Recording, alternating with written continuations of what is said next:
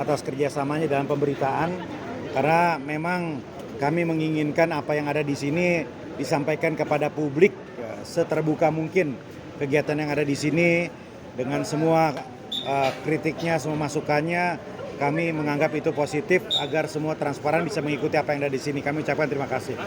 Yang kedua, Bapak Presiden tadi menyampaikan arahan selama kurang lebih 2 jam. Ini salah satu pidato beliau terlama. Beliau menekankan betul tadi kepada seluruh kepala daerah untuk berpegangan kepada pasal 33 Undang-Undang Dasar 1945. Mengingatkan kepada daerah untuk menjaga kekayaan alam, menjaga potensi daerah, dikelola sebaik-baiknya, jangan sampai rugi, jangan sampai hilang, jangan sampai juga didominasi oleh kepentingan-kepentingan asing, kira-kira begitu. Yang ketiga, Presiden juga menyampaikan bahwa ada rencana hilirisasi yang sangat matang, ada pohon hilirisasi dalam beberapa hal, nikel dan lain-lain begitu ya.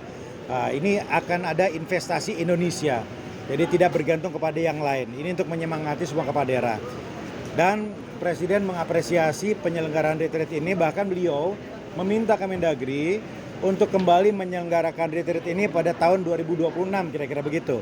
Ya, supaya mengevaluasi target-target yang beliau berikan. Ya, kata beliau supaya kita semua jangan omon-omon saja. Supaya terbukti bahwa Presiden tidak omon-omon, kepada tidak omon-omon, maka 2026 kita targetkan ada retreat lagi, mengevaluasi lagi semua angka-angka dan capaian-capaian tadi. Karena beliau mentargetkan swasembada pangan, hilirisasi, dan banyak sekali program-program gitu. Kira-kira begitu. Jadi beliau ya, dan memang 2 jam itu beliau menghabiskan 2 cangkir kopi. Ya, karena beliau paham segera Jumatan ya beliau menghentikan begitu ya, tapi kalau dialokasikan waktu lagi, kalau waktunya lebih fleksibel pasti bisa 3 cangkir kopi, bisa lebih panjang. Untuk peserta total yang hadir sampai akhir ini? Kepala daerah nggak berkurang gitu ya, tapi wakil kepala daerah kalau tidak salah ada 477 ya, ada 20-an yang tidak hadir karena alasan sakit dan lain-lain gitu. Yang kepala daerah berapa Pak akhirnya Pak? Masih sama 493. Jadi yang tim Bali itu memang nanti ikut gelombang berikutnya. Pak, perbedaan antara retreat 2026 dengan gelombang berikutnya apa Pak? Nanti Pak? Ya, targetnya nanti mengevaluasi apa yang sudah ditargetkan tercapai atau tidak. Alasannya apa? Jadi semua harus berdasarkan angka-angka. Antara 2026 akhir atau 2027 kira-kira begitu. Berarti pesertanya masih sama seperti hari ini? Masih sama, masih sama. Daerah kalau yang 2026 itu? Ya, nanti mungkin kepala daerahnya saja. 8 hari ini ada evaluasi nggak? Ya? Apa yang kurang dan lebih dari? Evaluasinya adalah memang waktunya padat sekali. Ya, seharusnya semua menteri berbicara begitu. Tetapi yang positif adalah kita melihat kepada itu semakin akrab. Presiden tadi juga senang. Beliau melihat, merasakan, mendapatkan laporan peserta ini makin akrab satu sama lain. Nah, itu diperlukan untuk sinergi ke depannya. Susulan kapan Pak? Ya? Retreat susulan kapan? Bukan susulan, gelombang kedua, dan kemungkinan besar tidak di sini. Kemungkinan besar di Jakarta dengan format yang jauh lebih simpel. Tapi tahun ini Pak? Gelombang kedua? Oh iya, pasti tahun ini. Ya, gelombang berikutnya ya setelah Lebaran lah, kira-kira begitu. Untuk retreat evaluasi Pak dari Presiden ada kasih info nggak konsekuensinya apa kalau nggak mencapai target? Apa itu? Hari ini.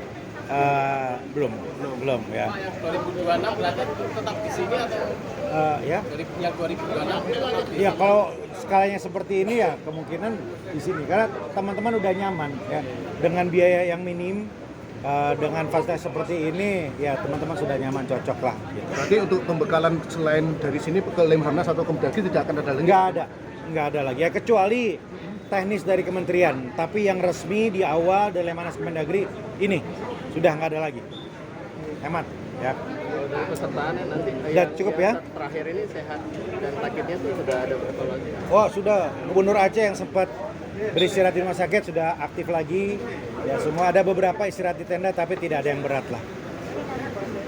Cukup ya, teman-teman ya. Tadi ada beberapa kepala daerah ingin melaksanakan retreat di daerah masing-masing, tanggapannya gimana? Ya boleh saja tapi dipastikan tidak seremoni. Itu arahan Presiden.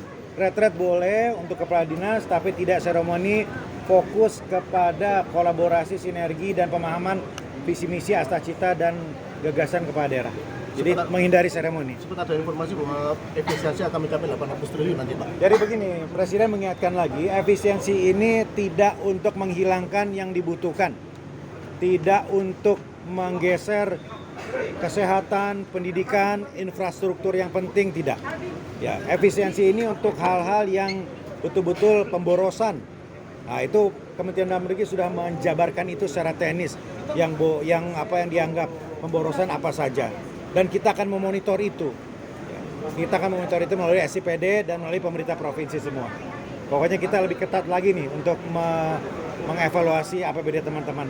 Dan kemarin Pak Menteri juga sampaikan, kepala daerah itu walaupun dipilih secara langsung oleh rakyat, tetapi sangat bisa diberhentikan berdasarkan undang-undang. Ya, jadi bukan berarti dipilih langsung tidak bisa berhenti. Bisa berhenti karena tidak melaksanakan program prioritas nasional. Bisa diberhentikan karena tidak izin ketika keluar negeri. Bisa diberhentikan ketika melakukan perbuatan tercela. Jadi ada celah. Nah, kemarin Pak Mendagri mengingatkan jangan sampai pasal ini digunakan. Jangan sampai ketentuan ini digunakan. Ya, teman-teman kepala daerah harus menjaga betul amanah sehingga husnul khotimah sampai di ujung. Dijaga sama-sama.